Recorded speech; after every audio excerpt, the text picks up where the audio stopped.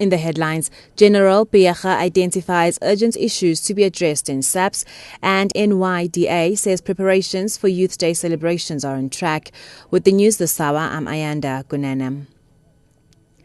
Newly appointed National Police Commissioner General Ria Biyaga says she has already identified issues that need urgent attention. Her statement comes ahead of her expected meeting with police management today as she officially takes over the police force. Police Minister Nathi Mthethwa introduced the new police boss at a briefing in Pretoria yesterday, 2 days after President Jacob Zuma fired Begekele from the position. Biyaga elaborates. My belief really is that nothing is insurmountable. Ours is to go and correct the situation and make sure that we don't lose track of what we are about, creating a safe and a secure South Africa. The Supreme Court of Appeal in Bloemfontein is expected to hand down judgment today on an urgent appeal filed by the National Prosecuting Authority in the Western Cape about an apparent flaw in the Sexual Offences Act. This comes after the Western Cape High Court upheld a decision by the Riversdale Magistrates Court that a man who forcibly fondled a woman in 2009 could not be sentenced because the behaviour had no penalty under the Act. The Sexual Offences Act has since been amended as an urgent interim measure. This to give courts the discretion to impose sentences for the 29 offences for which penalties were not prescribed.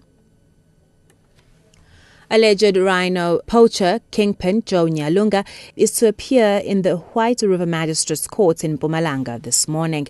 He was arrested in March and has since been remanded in custody. Nyalunga faces a money laundering charge connected to the acquisition of property in White River. During the arrest, he was found in possession of 4 rhino horns and more than 60,000 rands in cash. On further investigation, police found more than 5 million rands in one of his 3 houses. An automated money counter used by banks to count large sums of money, various electrical appliances suspected to have been stolen, and 2 gun silencers were also found. Nyalunga was arrested with 7 other suspects. A fire has caused extensive damage to the Bermuda nightclub in Observatory near Cape Town. Fire spokesperson Theo Lane says the cause of the blaze is not known. He says while the building appears to be intact on the outside, it has been badly damaged on the inside. Lane says authorities are investigating the incident. When we arrived, there was quite a bit of the structure that was affected by the fire. There was no injuries reported, and the fire was extinguished by 20 to 6 this morning. By the time we got there were just a few patrons in the facility. The National Youth Development Agency says preparations for Youth Day celebrations are on track. Speaking in Port Elizabeth, the agency's chairperson in the Eastern Cape, Andile Matiti, says the agency is trying to turn young South Africans into business people. We equally ourselves appreciate that a celebration must not be reduced only to throwing young people into the stadiums, giving them t-shirts, giving them food.